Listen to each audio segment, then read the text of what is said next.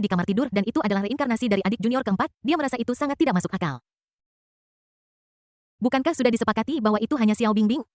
Tidak masalah jika adik junior termuda berbaring di luar kamar mandi, tetapi mengapa adik junior keempat ikut terlibat sekarang? Jika kamu mencoba memperlakukan semuanya dalam satu wadah, kamu tidak akan mendapatkan campuran yang tidak keruan. Xiao Bingbing ingin melakukan sesuatu yang buruk kepada Yelang, tetapi Ning Qianqian membiusnya. Aku tidak tahan melihat Ning Qianqian melakukan apapun yang dia mau, jadi aku membuatnya pingsan. Jangan khawatir tentang Yelang, dia baik-baik saja, dia hanya pingsan karena obat yang diberikan Ning Qianqian kepadanya. Ketika dia bangun, kita akan datang mencarimu bersama-sama. Suara Samsara sangat tenang dan terkendali menjawab dengan tertib omong kosong. Karena Guru Agung ada di dalam, mengapa kamu tidak bisa membuka pintu dan menemuinya? Kami sudah tiba di pintu, perlukah kami menunggu Guru Taifu bangun? Wu Xianer menggigit bibirnya dan mengeluh dengan marah. Di pintu tidak ada alasan yang lemah seperti itu di dunia karena orang-orang ada di sana, mengapa mereka tidak bisa bertemu satu sama lain? Dia menolehkan kepalanya dan melihat ke arah Duan Mulan dan berbisik, Nona Duanmu, kakak junior keempatmu, pasti memiliki ide yang sama dengan Menteri Pengawasan. Guru Agung sedang koma, jika kita tidak menyelamatkannya, kakak junior keempatmu pasti akan melakukan sesuatu yang salah. Dia yakin bahwa kakak junior keempat ini yang belum pernah dia temui pasti bukan orang baik juga. Jika balok atas bengkok, balok bawah juga akan bengkok, itu salah. Seharusnya, burung-burung dengan bulu yang sama akan berkumpul bersama. Dua adik perempuan Duan Mulan yang lain memiliki kesamaan sifat, dan adik perempuan keempat secara alami tidak jauh lebih baik. Duan Mulan menyipitkan matanya dan menatap pintu dengan pola yang jelas. Setelah merenung sejenak, dia menggelengkan kepalanya dan berkata, karena suster muda keempat tidak ingin kita melihat Yelang yang tidak sadarkan diri, pasti ada alasannya. Kita tidak bisa memaksanya. Kamu tidak bisa memaksanya. Nona Duanmu bermaksud agar kita pergi begitu saja. Tidak peduli hidup atau mati. Grand Tutor Wu Xianer menatap Duan Mulan dengan tidak percaya. Sambil menggertakkan giginya dan berkata dengan suara dingin, karena Nona Duanmu tidak bersedia mengambil tindakan, maka Xianer sangat tersinggung. Jika Grand Tutor baik-baik saja, Xianer akan meminta maaf jika Grand Tutor telah dilanggar dengan cara apapun. Suaranya berangsur-angsur menjadi lebih dingin dan kemudian dia menendang pintu kamar tidur. His. Diiringi oleh suara menendang pintu, terdapat semburan napas tertahan di kamar tidur. Ketika Wu Xianer hendak menendang untuk kedua kalinya, Duan Mulan di belakangnya menusuk titik akupuntur di punggung Wu Xianer dengan ujung jarinya menghentikannya bergerak.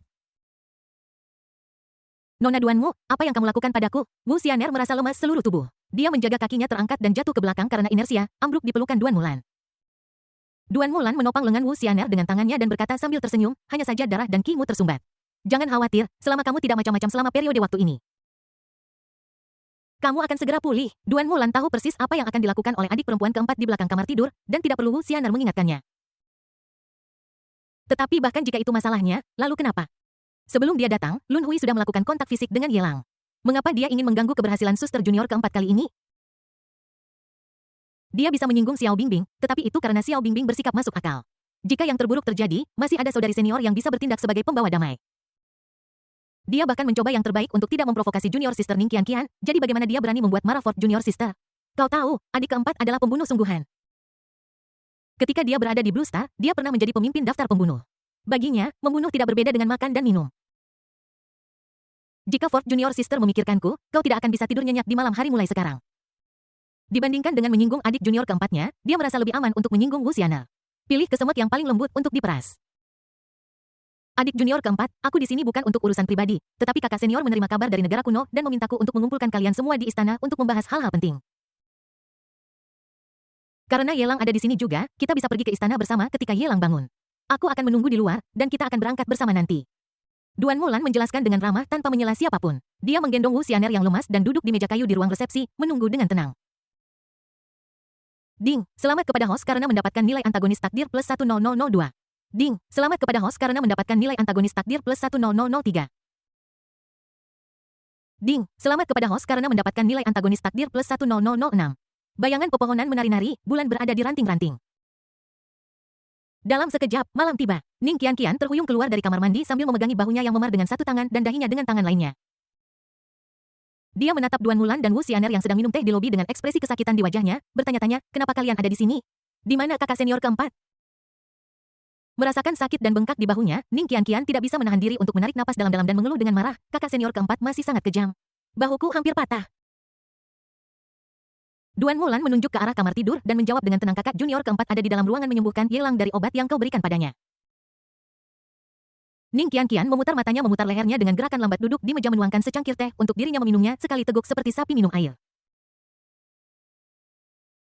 Dan mengutuk kakak senior keempat, hanya berbicara omong kosong, kapan aku memberi obat pada Yelang selain itu? Bahkan jika aku membiusnya, hanya aku sendiri yang bisa menyiapkan penawarnya. Apalagi yang bisa dilakukan oleh kakak keempat selain membunuh orang, Menteri Ning? Karena kau tahu bahwa Nona Samsara berbohong, mengapa kau tidak memaksa masuk ke kamar tidur dan mengungkap warna aslinya, Wu Xian'er, yang duduk berhadapan? Telah ditekan oleh Duan Mulan. Ketika dia melihat Ning Qianqian bangun, dia segera ingin menghasut mereka untuk bergegas masuk ke kamar tidur bersama-sama dan menyelamatkan Guru Agung. Dibandingkan dengan Duan Mulan yang keras kepala, Wu Xian'er merasa ada peluang lebih besar untuk berhasil membujuk Ning Qianqian. Dia telah bekerja keras untuk membersihkan nama Grand Tutor, kau bermimpi, Ning Qianqian mencibir. Menunjuk bulan terang yang berangsur-angsur naik ke langit di luar jendela, dan berkata dengan sinis, jam berapa sekarang? Sudah beberapa jam sejak aku jatuh pingsan. Bahkan Tuan Tanah pun tidak punya makanan berlebih, masalahnya sudah selesai, bahkan jika aku mendobrak pintu kamar tidur sekarang pun, itu tidak akan memberiku keuntungan apapun. Kenapa aku harus mendengarkan hasutanmu? Bab 1043 Keberadaan Su Chan. Wu Xian'er mengerutkan bibirnya agak kesal, tetapi tidak dapat menemukan alasan untuk membantah. Ning Qianqian, sekarang kamu sudah bangun, kenapa kamu tidak memberiku pil penawar racun di depan pintu kamar mandi? Xiao Bingbing yang berpakaian rapi berjalan keluar dengan ekspresi kesal di wajahnya. Dia menatap Ning Qianqian dengan tajam. Kemudian duduk di meja persegi, menuangkan secangkir teh untuk dirinya sendiri, dan meminumnya sampai habis. Ning Qianqian mengeluarkan sebotol salep dari dadanya. Menciduknya dengan jari-jarinya, dan mengoleskannya pada memar di bahunya. Setelah meratakannya, dia melirik Xiao Bingbing dan mencibir. Kita berdua lebih rendah dalam keterampilan, jadi cukup akui kekalahan. Jangan kau merasa malu berada di sini dalam keadaan marah setelah bangun tidur. Bagaimana mungkin aku bisa gagal jika bukan karenamu? Dasar orang hina, kau benar-benar menggunakan obat-obatan untuk menjatuhkanku. Tunggu saja, aku akan mengingat dendam ini dan pasti akan membalasmu 2 kali lipat di masa depan. Tunggu balas dendam saudara perempuan kami. Xiao Bingbing mengepalkan tinjunya, mengertakkan giginya, dan mengancam dengan marah. Kakak senior ke-6, kamu telah salah paham dengan niat baikku. Jika aku tidak menjatuhkanmu sebelumnya, bagaimana kamu bisa simen sekarang? Lihat aku, tulang belikatku hampir terbelah. Bahkan jika aku tidak ada di sana, kamu akan pingsan dipukul oleh kakak senior ke-4. Terlebih lagi, kakak senior ke-4 sangat kejam dalam serangannya, dan kakak senior ke-5 berselingkuh dengan Ye Lang sebelumnya. Jika kakak senior ke-4 secara tidak sengaja mengira Anda sebagai kakak senior ke-5 dan mengambil tindakan, apakah Anda dapat berdebat dengan saya di sini atau tidak adalah pertanyaan besar. Ning Qianqian dengan tegas mengakui kesalahannya dan mengatakan banyak kata-kata manis dan lembut. Selama Gunung Hijau tetap ada, tidak akan ada kekurangan kayu bakar. Tidak perlu menghadapi kedua saudara kembar itu secara langsung. Pada saat yang sama, Wu Xian'er, yang penuh keluhan tentang Xiao Bingbing, mengkritik dengan kesal, Menteri Xiao Yu benar-benar salah satu menteri terbaik di negara Yingdang. Aku memintamu untuk menangkap Su Cubus. Dan tidak masalah jika kau tidak menemukannya, tetapi kau bahkan berani menculik Grand Tutor dari Great Chu. Kamu takut aku akan menyebabkan masalah setelahnya, jadi kamu mengambil kesempatan untuk menjatuhkanku dari belakang. Kamu adalah menteri pengawasan yang paling adil dan tanpa pamrih yang pernah saya lihat. Xiao Bingbing mengepalkan tinjunya ke mulutnya dan batuk ringan beberapa kali untuk menyembunyikan rasa malu di hatinya. Sebagai menteri pengawasan negara Yingdang dan mantan anggota Interpol Blue Star, dia memiliki keadilan di hatinya dan ukuran penilaian. Bohong jika dikatakan bahwa dia tidak malu dikritik oleh Wu Xian'er. Namun, ketika dia mendengar dia menuduhnya melakukan serangan menyelinap, dia segera menghindari poin utama dan berkata dengan keras, Xiao Bingbing, saya jujur dan tegas, serangan diam-diam terhadapmu tidak ada hubungannya denganku. Lalu siapa yang memukul bagian belakang kepalaku? Wu Xian'er menoleh. Menunjuk benjolan besar di belakang kepalanya dan mengeluh dengan marah, itu tidak ada hubungannya denganku, lagi pula aku tidak pernah repot-repot melakukan hal seperti itu. Saat Xiao Bingbing membela dirinya, matanya secara bertahap melirik Ning Qianqian di sampingnya, ses. Ning Qianqian menyilangkan tangannya, mengangkat dagunya sedikit, melirik ke langit-langit, melihat ke kiri dan ke kanan. Dan bergumam untuk mengubah topik pembicaraan, berapa usia kakak senior ke-4? Dia hanya 2 tahun lebih tua dariku. Mengapa dia begitu galak dan enggan untuk keluar? Apakah kamu ingin mati di atas perut pria? Pada saat ini, skueak. Pintu kamar tidur dibuka dari dalam. Samsara, dengan wajah merona, berjalan keluar dengan sosok anggun. Setiap gerakannya tampak memancarkan pesona anggun seorang wanita muda. Setelah mengambil beberapa langkah, mata indahnya menatap Ning Qianqian dengan mata dingin dan berkata dengan acuh tak acuh, apa yang baru saja kamu bicarakan? Bukan apa-apa. Bukan apa-apa. Ning Qianqian tersenyum dan menggelengkan kepalanya. Samsara menatapnya dengan dingin lalu memalingkan muka dan berkata dengan tenang kepada Duan Mulan. Ye Lang sudah bangun karena kakak senior sudah mengundang kita, mari kita pergi bersama. Setelah mendengar ini, Ye Lang yang berada di kamar tidur berjalan keluar, perlahan wajahnya sedikit pucat. Baru setelah mereka berdua keluar, Duan Mulan berdiri dengan terkejut dan melihat ke dalam kamar tidur karena tidak melihat orang lain di dalamnya. Dia segera bergumam, aneh mungkin. Kenapa hanya ada kalian berdua di kamar tidur? Di mana kakak senior kedua? Sebelumnya, dia merasa bahwa suara-suara yang berasal dari kakak tingkat ke-4 junior di kamar tidur agak aneh dan dia menduga bahwa sangat mungkin kakak tingkat ke-4 junior telah mengalami situasi khusus. Seperti konfrontasi dengan kakak tingkat kedua junior. Mengapa tidak ada tanda-tanda kakak senior tingkat kedua saat ini, kakak senior tingkat kedua? Duan Mulan memanggil pelan ke arah kamar tidur. Setelah waktu yang lama, tidak ada respons. Ning Qianqian memutar matanya dengan menawan dan berkata dengan tidak senang, kakak senior ketiga, apa yang kamu teriakkan? Kakak senior kedua pasti masih di ketentaraan mengajar prajurit pembunuh tersembunyinya, tidak mungkin. Duan Mulan menggelengkan kepalanya tanpa sadar. Kakak senior kelima telah menerima kabar dari kakak senior dan bergegas ke istana untuk kakak senior kedua saya pergi ke divisi pembunuh tersembunyi. Sebelum datang ke sini para prajurit di sana mengatakan bahwa kakak senior kedua tiba-tiba menghilang 1 jam sebelum saya tiba. Menilai dari gaya perilaku kakak senior kedua di negara Yingdang, sangat tidak mungkin baginya untuk meninggalkan departemen pembunuhan tersembunyi tanpa alasan apapun. Dan Yelang kebetulan tiba hari ini. Logikanya, kakak senior kedua seharusnya merasakan kehadiran Yelang dan datang ke sini. Aku sudah menunggu di sini selama setengah hari, tetapi aku belum melihat kakak senior kedua. Kupikir dia akan berada di kamar tidur, tetapi dia tidak ada di sana saat ini. Kemana saudara perempuan kedua bisa pergi? Mungkinkah dia diculik oleh iblis yang menyerang? Ide Duan Mulan berangsur-angsur menjadi lebih berani. Dan semakin aku memikirkannya, semakin aku merasa ini mungkin. Setelah pasukan kuno dikalahkan, Kaisar kuno menghasut para iblis untuk diam-diam menyerang kota kekaisaran kerajaan Yingdang dan diam-diam menculik atau membunuh saudari senior kedua yang paling suka berperang. Duan Mulan tiba-tiba merasa bahwa ketenangan di sekitarnya hanyalah sebuah penyamaran. Mungkin di balik penginapan yang damai ini ada iblis yang licik dan sangat kuat yang mengawasi dengan penuh iri. Kakak senior kedua tidak ada di divisi pembunuhan tersembunyi, jantung Ning Qianqian tercekat. Selama di negara Yingdang, kakak senior kedua selalu dapat menjelaskan berbagai hal dengan cara yang sederhana dan mudah dipahami. Tidak mengikuti Yelang tidak sesuai dengan kepribadian kakak senior kedua sekarang, bahkan departemen pembunuhan tersembunyi sudah tidak ada, di kemana kakak senior kedua bisa pergi.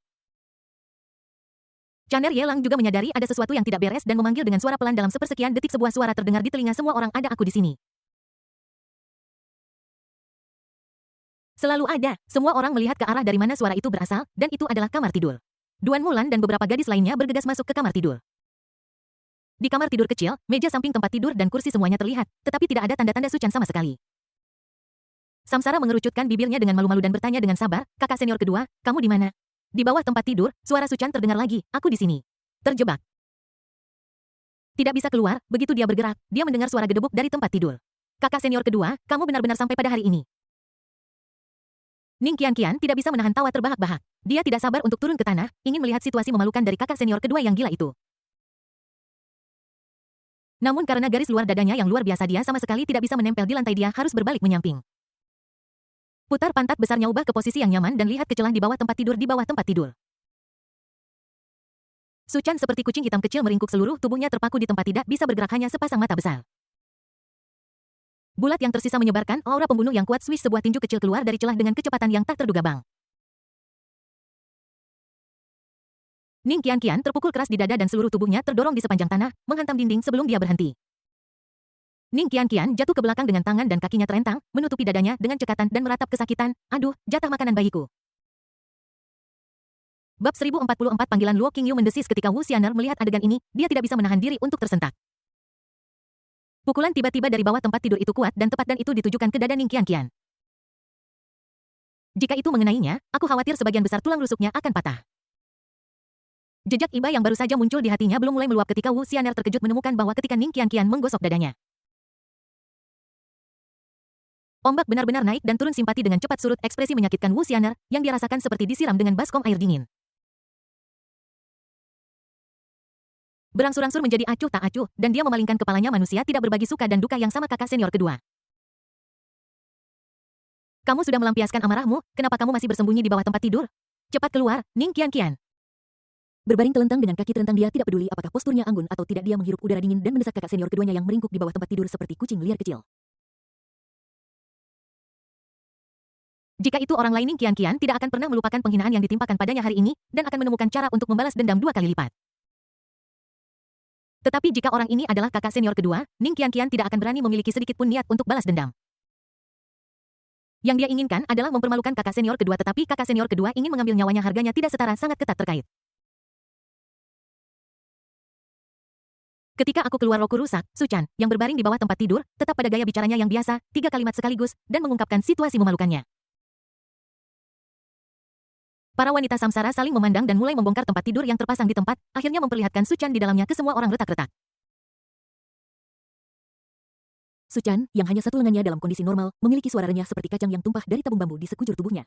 Dia secara bertahap memulihkan bentuk normalnya dari postur tubuh meringkuk. Dia mengenakan gaun sutra seperti asap zamrud hitam terang, berdiri di depan semua orang, dengan jubah brokat sutra perak tersampir di bahunya dan sabuk pinggang bulan sabit putih di pinggangnya, yang membuat sosoknya yang anggun dan melengkung tampak sangat ramping di pinggang.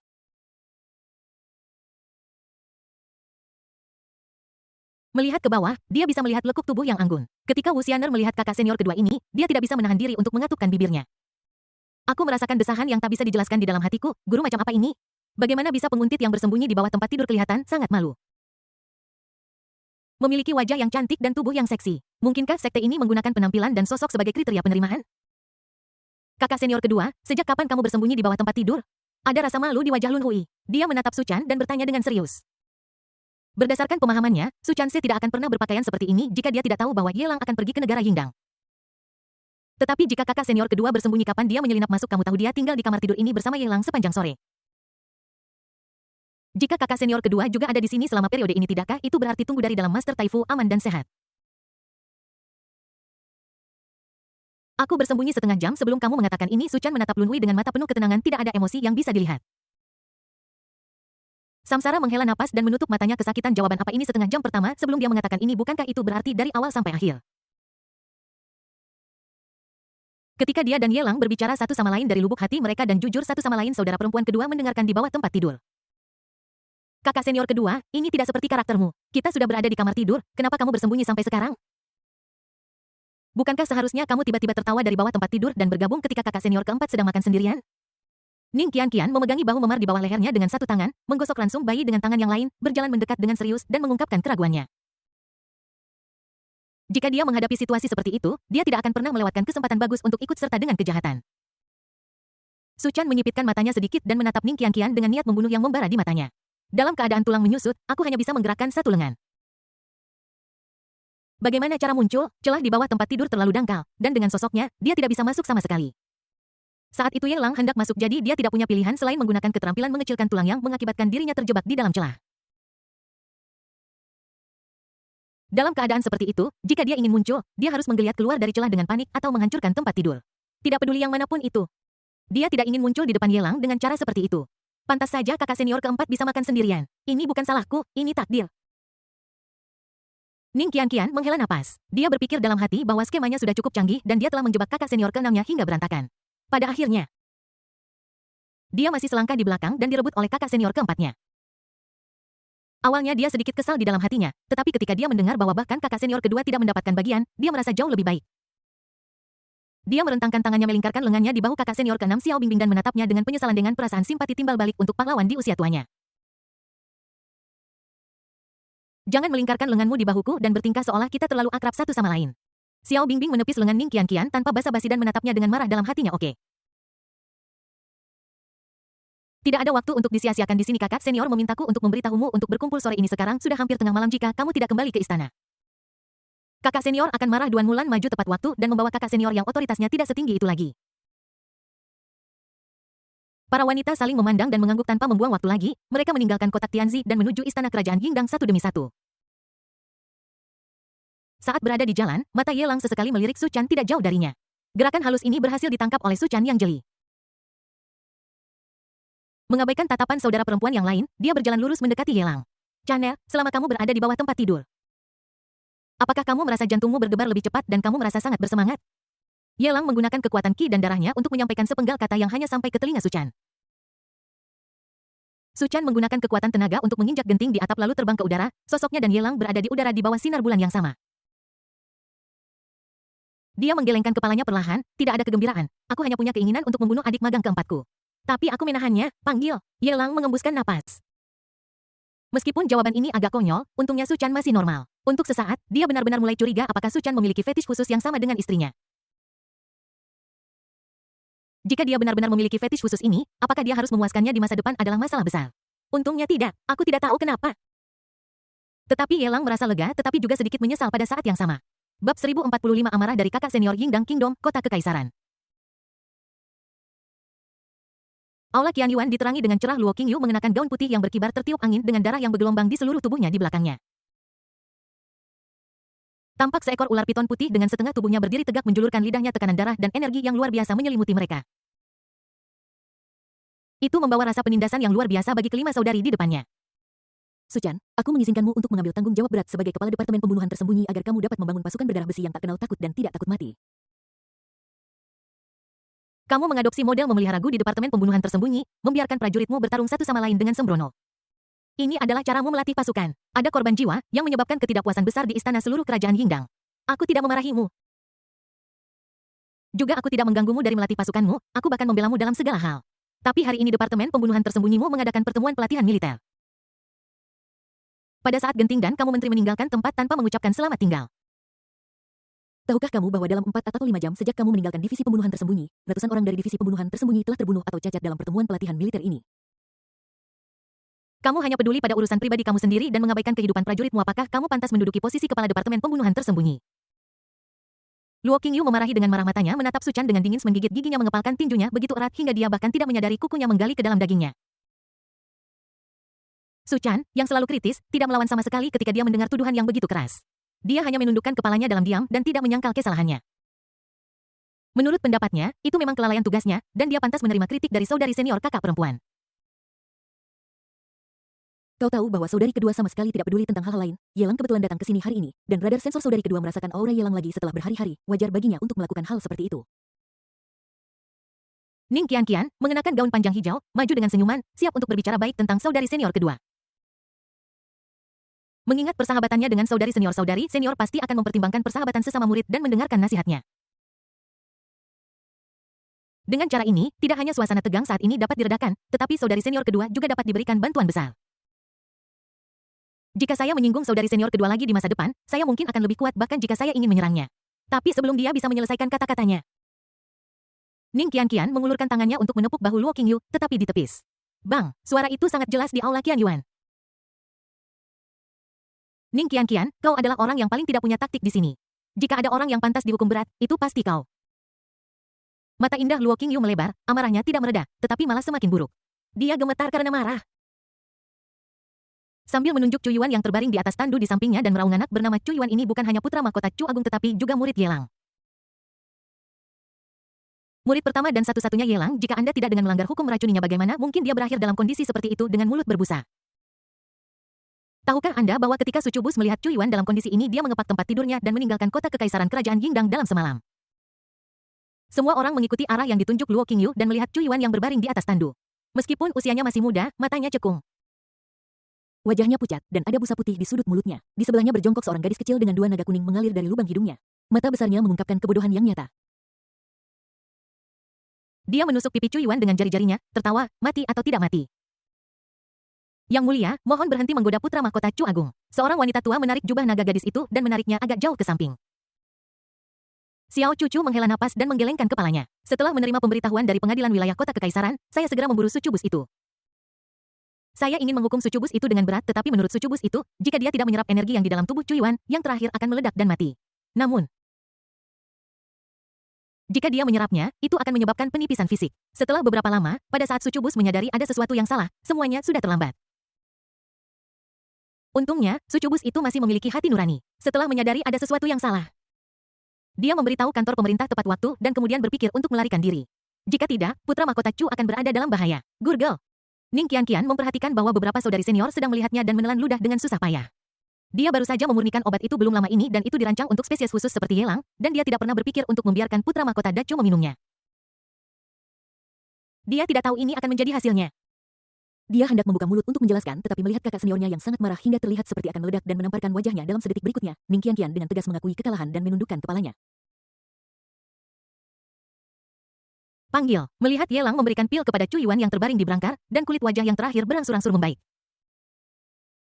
Xiao Bingbing tanpa sadar menghela napas lega. Masalah ini ada hubungannya dengan dia. Jika Cu Yuan benar-benar menderita kerusakan yang tidak dapat diperbaiki karena ini, dia akan merasa bersalah.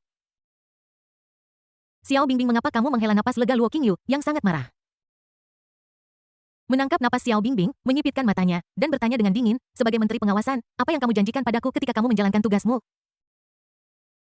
Kamu bilang itu akan sama seperti di Bintang Biru, menjaga ketertiban negara Yingdang, tapi apa yang terjadi sekarang? Kamu tidak menangkap Sucubus yang menyebabkan putra mahkota Dacu hampir mati. Kemudian, dia dengan tidak tahu malu menculik Yelang yang menyebabkan banyak kejadian berikutnya.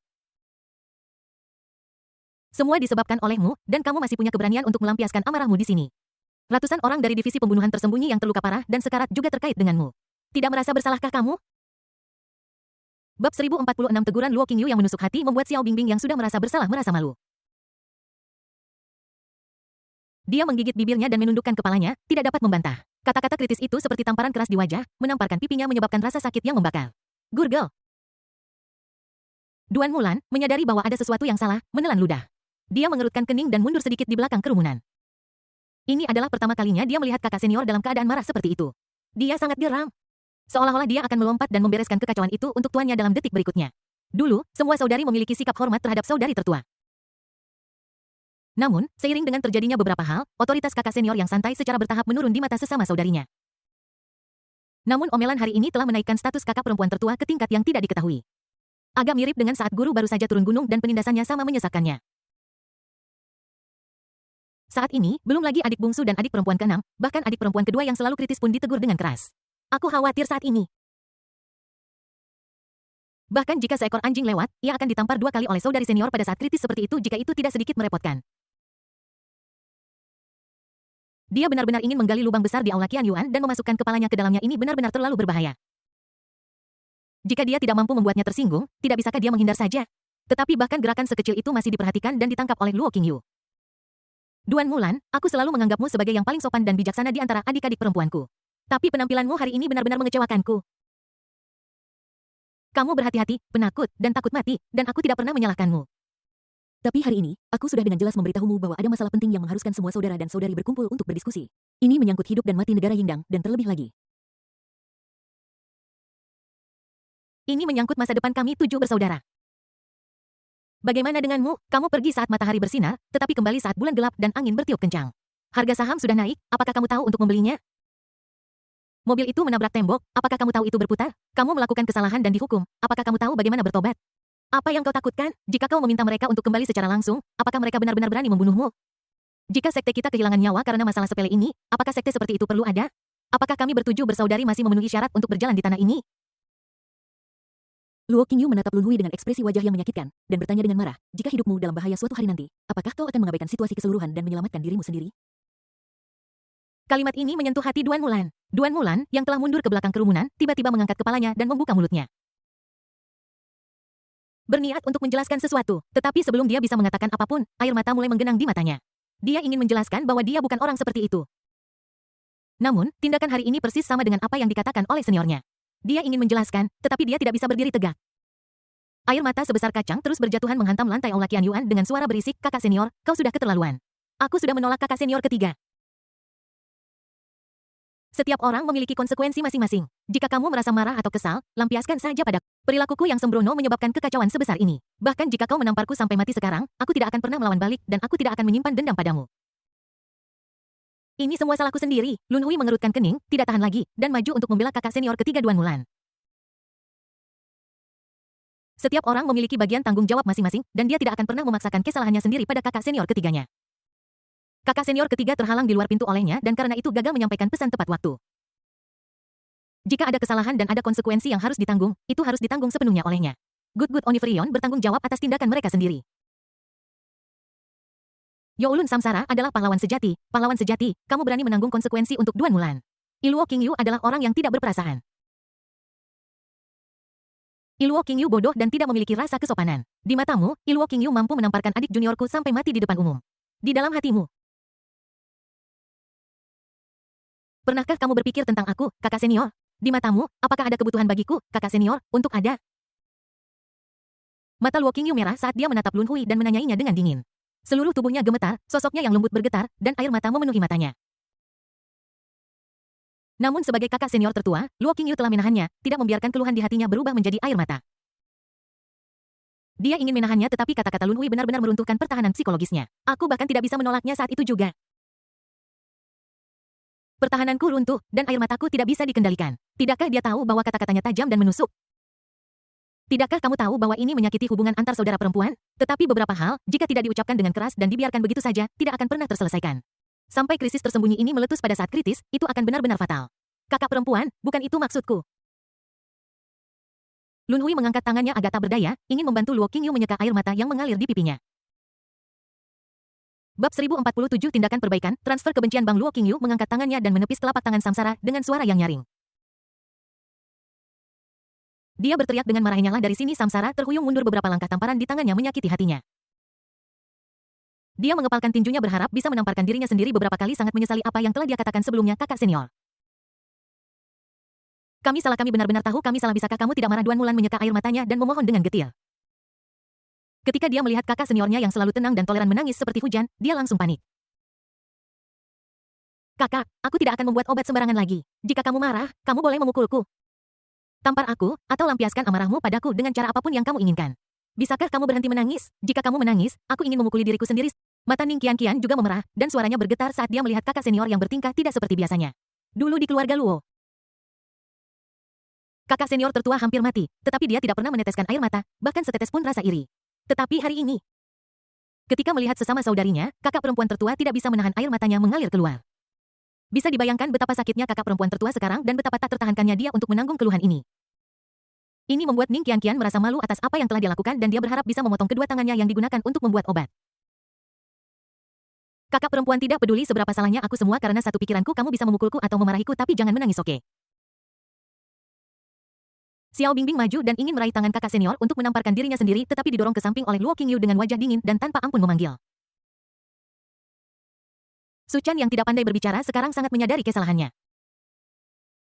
Tanpa mengucapkan sepatah kata pun, dia mengangkat tangannya, lalu memutarnya dan menamparkan dadanya sendiri dengan kekuatan yang cukup. Jelas ingin melukai dirinya sendiri dengan serius dan menebus panggilan kesalahannya. Udara dipenuhi darah dan angin bertiup kencang jika telapak tangan ini mendarat. Su Chan akan mengalami patah tulang rusuk 5 buah. Beberapa saudari terkejut dan ingin menghentikannya tetapi sudah terlambat karena kekuatan mereka tidak jauh berbeda. Itu terjadi dalam sekejap mata tepat setelah memberi Chu Yuan obatnya. Ye Lang masih bertanya-tanya mengapa Kaisar Negara Yingdang memiliki tatapan yang begitu jelas dan bodoh. Dia tiba-tiba menyadari tindakan Su Chan dan dengan cepat melesat di depannya, meraih lengan Su Chan dan menghentikannya dengan dingin. Ye Lang, jangan khawatir tentang ini. Ini salahku. Aku harus bertanggung jawab. Su Chan menggertakkan gigi dan menatap langsung ke mata Ye Lang dengan sikap tegas. Apakah kamu ingin bunuh diri dengan satu tamparan? Cukup, hentikan. Ye Lang memarahi dengan dingin. Dengan kepribadian Su Chan, jika dia tidak menghentikannya, wanita gila ini benar-benar akan menghancurkannya sepenuhnya. Beberapa saudara perempuan dan laki-laki semuanya memiliki temperamen dan kepribadian unik masing-masing yang terkadang memang membawa beberapa efek buruk. Dan secara bertahap mereka menjadi tidak patuh pada pengelolaan Luo Qingyu. Awalnya dia berpikir bahwa ini adalah kesempatan bagus bagi Luo Qingyu untuk memulihkan kejayaan saudari senior dan bahwa Luo Qingyu dapat secara tepat mengkonsolidasikan kohesi di antara para saudari senior. Jadi dia tidak turun tangan, tapi situasinya sekarang jelas di luar kendali. Terus terang, semua itu karena air mata Luo Qingyu yang menyebabkan mentalitas ketujuh saudari itu mulai runtuh. Jika dia tidak memberikan bantuan, mungkin akan ada konsekuensi yang tidak dapat diubah. Panggil, setelah menghembuskan napas. Ye Lang berbalik dan menatap langsung ke mata Luo Qingyu dalam situasi seperti ini pada saat ini dan dalam suasana seperti ini. Hampir tidak mungkin persuasi menjadi efektif. Persuasi apapun akan membuat Luo Qingyu, yang sedang marah, tanpa sadar membantahnya. Bahkan jika seekor anjing datang, ia harus ditampar beberapa kali oleh Luo Qingyu sebelum bisa pergi. Saat ini, dia hanya mengarang omong kosong dan mengucapkan kata-kata manis untuk menghibur Luo Qingyu tetapi itu tidak berpengaruh. Ye Lang tidak punya pilihan selain menggunakan metode mengalihkan kebencian untuk sementara menghilangkan dendam antara 7 saudara perempuan itu. Dia menatap Luo Qingyu dan menjelaskan dengan tenang, Qingyu. Aku tahu bagaimana perasaanmu saat ini. Kamu kecewa dengan teman-teman sekelasmu dan kamu juga marah tentang tindakan beberapa saudari. Kamu bahkan menyalahkan dirimu sendiri karena tidak bisa mengatur beberapa saudari. Sebenarnya, kamu tidak perlu terlalu memikirkan semua ini, kamu hanya perlu menyalahkan aku saja. Setelah jeda, Ye Lang tidak berdaya tetapi harus melakukannya, dan melanjutkan, ya, Xiao Bingbing memang tidak bertanggung jawab dan ingin menculikku untuk melakukan sesuatu. Tetapi pernahkah kamu berpikir bahwa bahkan jika Xiao Bingbing sekarang memiliki kekuatan seorang raja bela diri, dapatkah dia benar-benar melakukan apapun padaku tanpa persetujuanku? Chu Yuan adalah muridku, dan aku memberinya cangkir teh itu sehingga dia diracuni oleh obat Ning Qian. Jika bukan karena aku, efek obat dari cangkir teh itu hanya akan bekerja padaku. Apa hubungannya dengan Chu Yuan? Kalau soal Samsara, waktu dia datang, dia tidak punya niat untuk menunda waktu. Akulah yang menahannya di kamar tidur dan dia tidak bisa keluar sepanjang sore. Termasuk Duan Mulan, kalau bukan karena persetujuan diam-diamku, bagaimana mungkin dia bisa menunggu di penginapan sepanjang sore? Bahkan Su Chan. Jika aku tidak mengunjunginya tiba-tiba, dia tidak akan bisa bersembunyi secara diam-diam sampai sekarang, menyebabkan korban yang begitu besar di departemen pembunuhan tersembunyi. Pada analisis terakhir, semua ini hanyalah reaksi berantai yang disebabkan oleh tindakan saya. Bab 1048 Luo Qingyu yang sebenarnya. Setelah kata-kata Ye Lang, dia mengambil semua tanggung jawab pada dirinya sendiri tanpa ragu-ragu. Ini adalah solusi paling efektif sejauh ini. Meskipun Luo Qingyu akan sangat marah, itu bahkan dapat menyebabkan perubahan signifikan dalam citranya tentang dia di dalam hatinya. Namun dibandingkan dengan menciptakan jurang sungguhan antara 7 saudari ini, metode mengalihkan konflik ini adalah yang paling tepat dan efektif. Kalau tidak, dia harus berusaha 10 atau bahkan 100 kali lipat, dan mungkin masih tidak dapat memulihkan hubungan antara 7 saudari. Semuanya sudah berakhir. Mengapa Yelang meledakkan dirinya sendiri? Kakak senior sangat marah sekarang. Bahkan seekor anjing pun akan ditampar 2 kali. Bahkan Yelang akan dimarahi. Ning Qianqian menatap Yelang yang mengalihkan kebenciannya mengertakkan giginya dan mulai mengkhawatirkannya di dalam hatinya. Xiao Bingbing juga mengepalkan tinjunya dan khawatir tentang Yelang. Dia mendongak dan melirik kakak senior yang marah melihat wajahnya yang dingin. Dia segera menutup mulutnya. Kenapa? Xiao Cucu menghela napas dan ingin membujuknya, tetapi dia tidak memiliki kesempatan untuk menyela. Lun Hui menatap dalam ke arah Yelang yang mengambil semua tanggung jawab dan ingin berdiri dan berbagi tanggung jawab dengannya. Tetapi ketika dia memikirkan tentang luka yang disebabkan kata-katanya sebelumnya kepada saudari senior, dia ragu-ragu dan tidak bisa mengambil langkah lain. Dia takut apa yang dia lakukan akan menambah garam pada luka saudari senior. Duan Mulan terus menyeka air matanya diam-diam sambil menghela napas bahwa Yelang sudah ditakdirkan. Dalam suasana seperti ini, menjadi oposisi bagi kakak senior, apapun alasannya, kakak senior tidak bisa lagi mengabaikan kesalahan Yelang. Belum lagi, ini terjadi saat kakak senior sedang marah. Apalagi, ketujuh saudara perempuan mereka hadir. Apapun pertimbangannya, kakak tertua tidak akan pernah duduk diam dan menyaksikan Yelang mengatakan ini. Su Chan mengangkat tangannya ke udara menatap telapak tangannya dengan tatapan serius. Dia sedang berpikir, bagaimana jika dia ditampar sampai mati saat ini?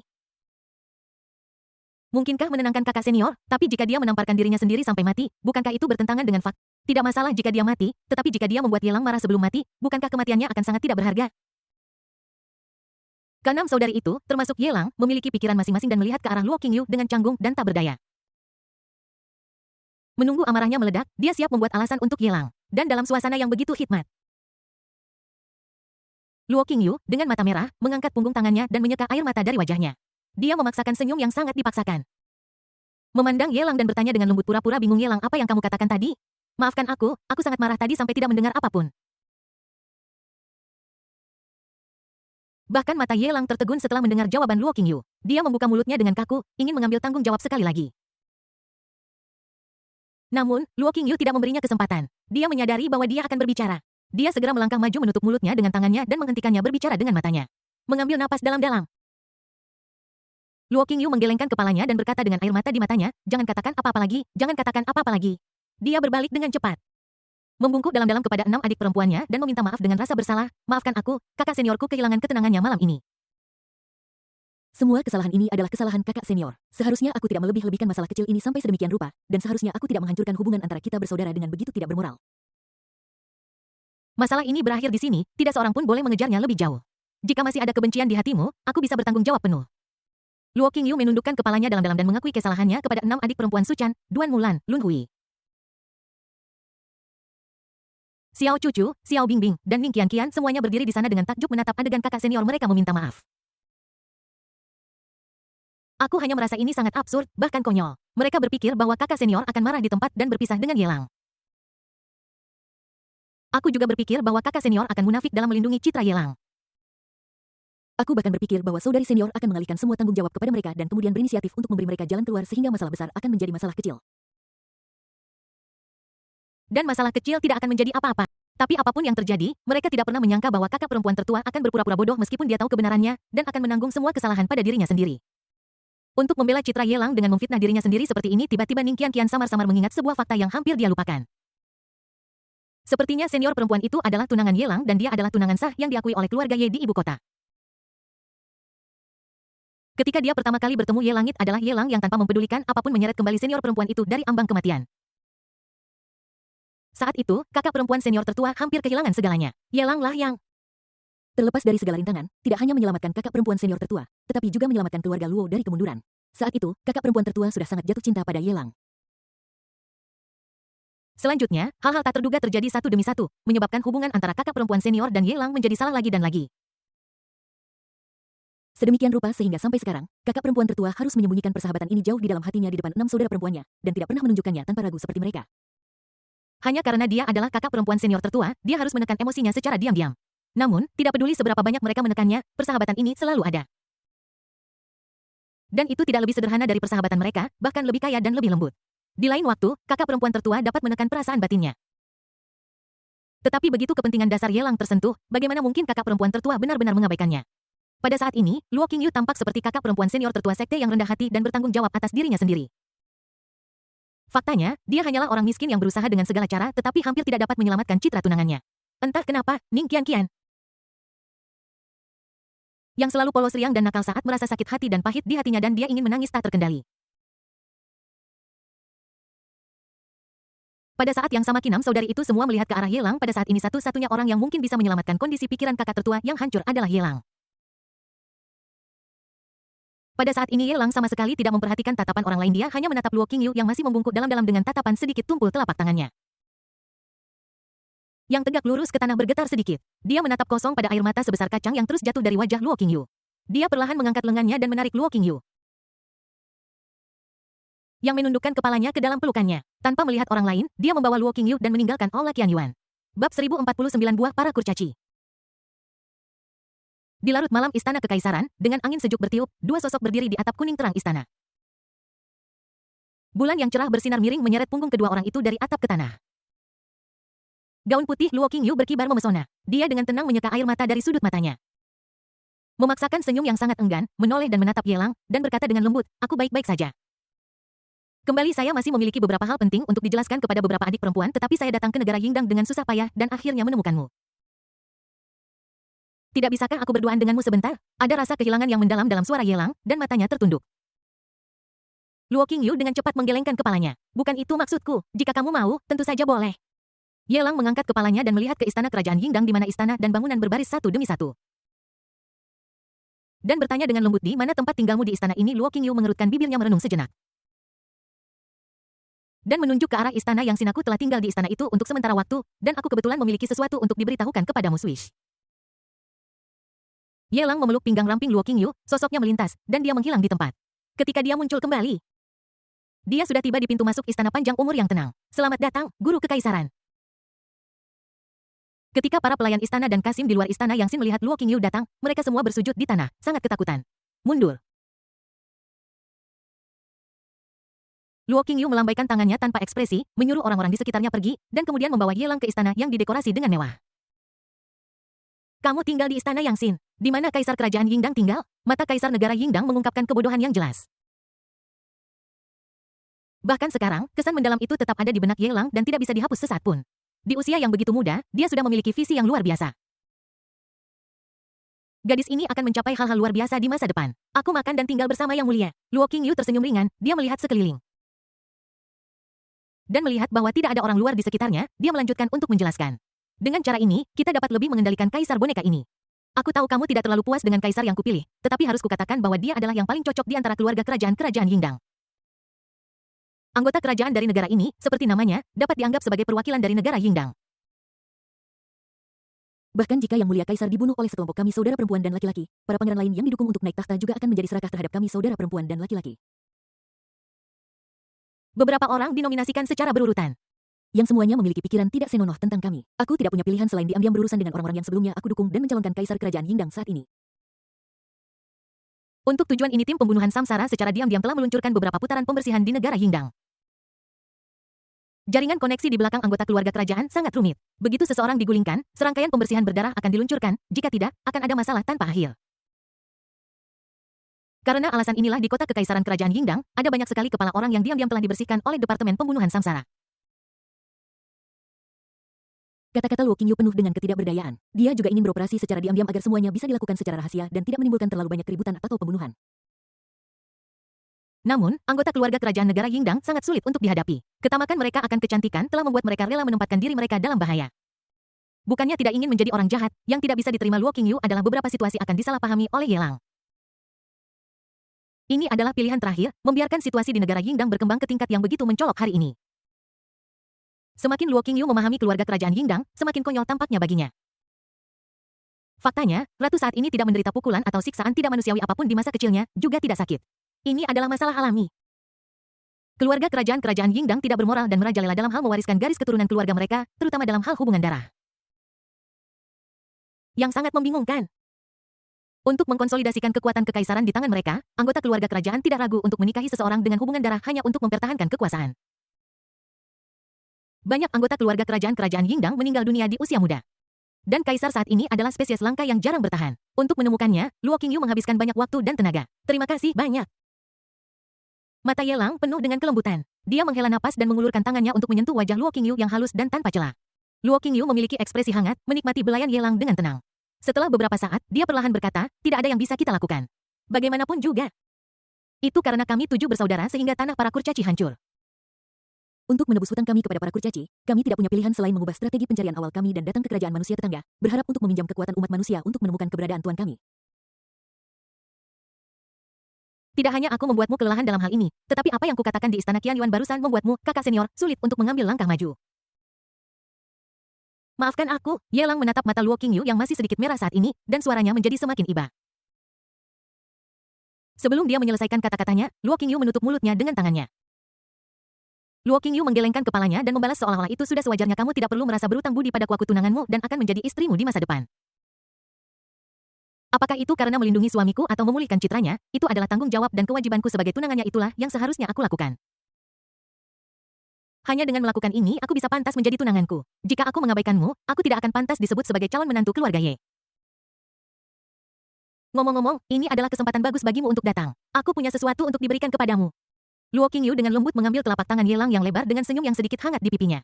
Meskipun begitu, bisa melihat mata Yelang yang penuh kasih. Bahkan jika itu hanya 1 atau 2 kata yang menghangatkan hati membuatnya merasakan kehangatan tak berujung di dalam hatinya, dia tidak ingin membuat Yelang merasa bersalah tentang hal ini, jadi dia dengan cepat mengganti topik pembicaraan.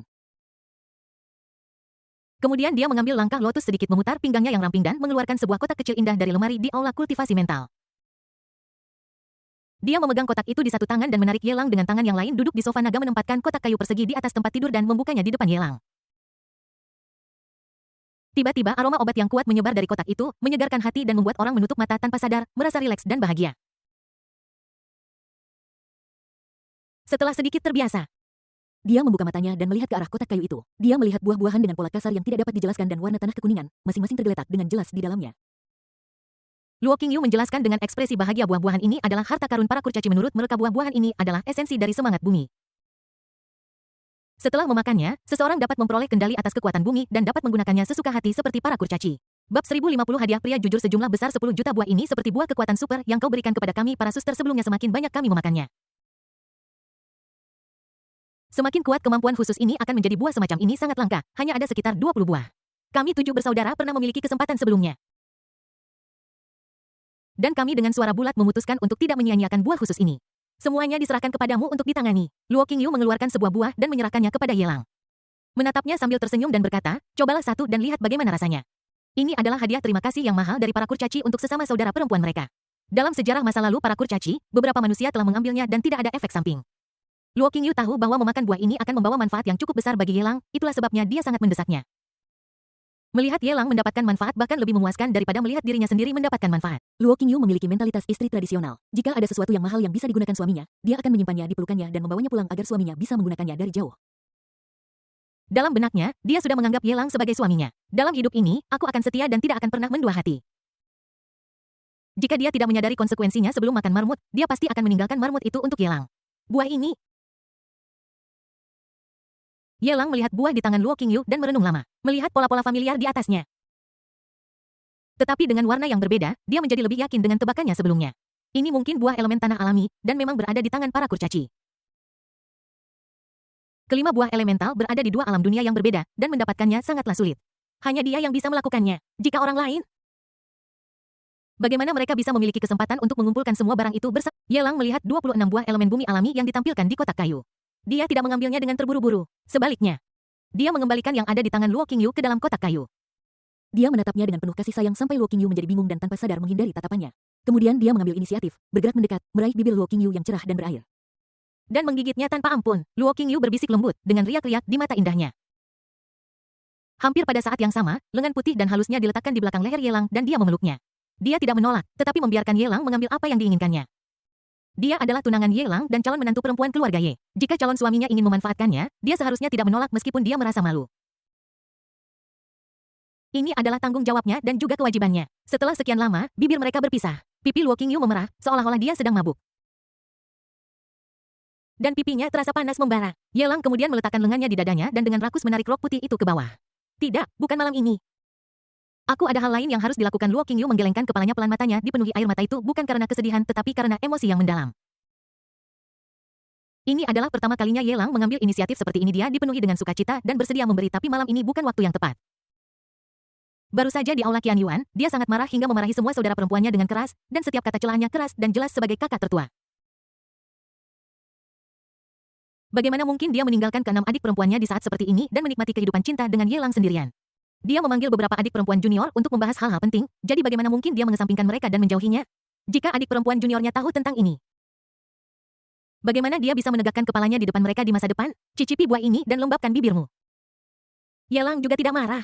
Dia mengeluarkan buah elemen tanah alami dan menyerahkannya ke mulut Luo Qingyu sambil menjelaskan, aku hanya perlu mengambil 20 buah ini. Luo Qingyu membuka mulutnya sedikit dengan pil di mulutnya, menatap wajah Ye Lang, dan kemudian menggigit kecil buah itu.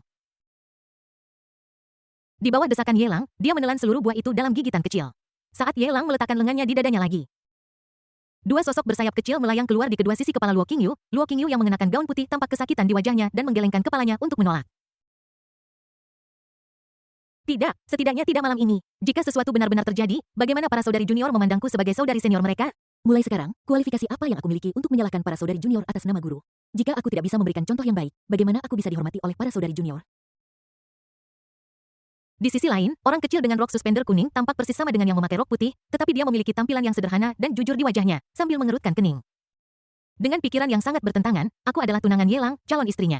Jika aku bahkan tidak bisa memenuhi kebutuhan fisiologis dasar calon suamiku, bagaimana aku bisa layak menyandang identitas seperti itu? Kedua penjahat itu menolak untuk menyerah satu sama lain dan saling berdebat.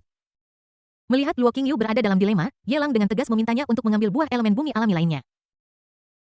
Pada saat yang sama, di sisi kanan kepala Luo Qingyu, gelembung kaki meledak.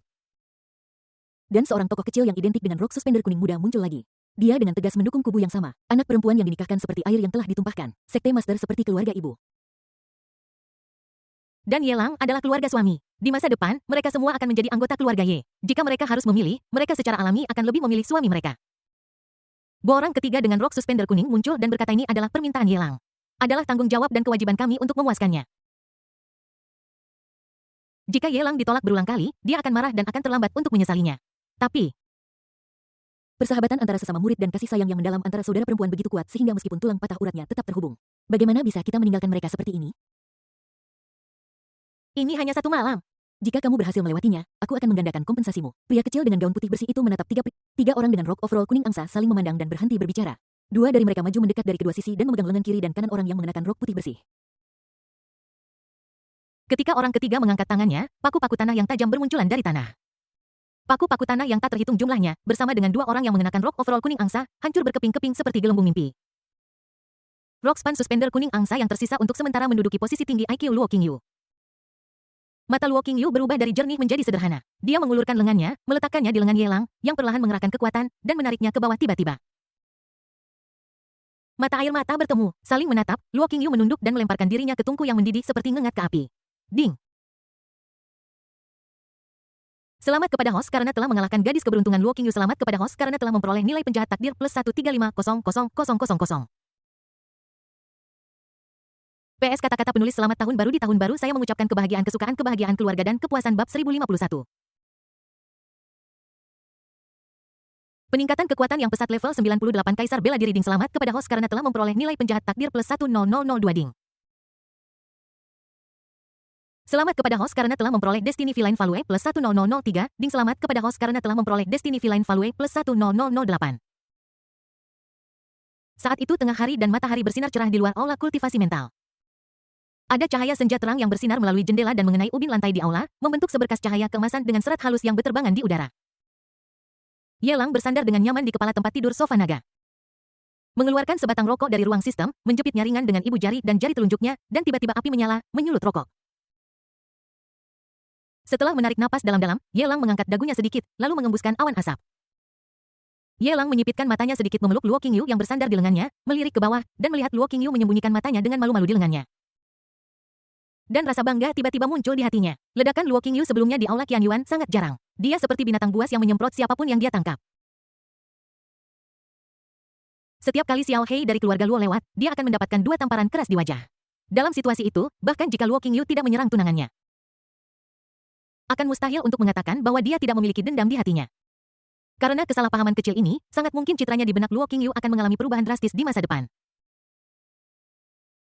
Sangat sulit untuk menyelesaikannya, tapi betapa berpikiran terbukanya Ye Lang. Metodenya dalam memanipulasi hati orang benar-benar unik.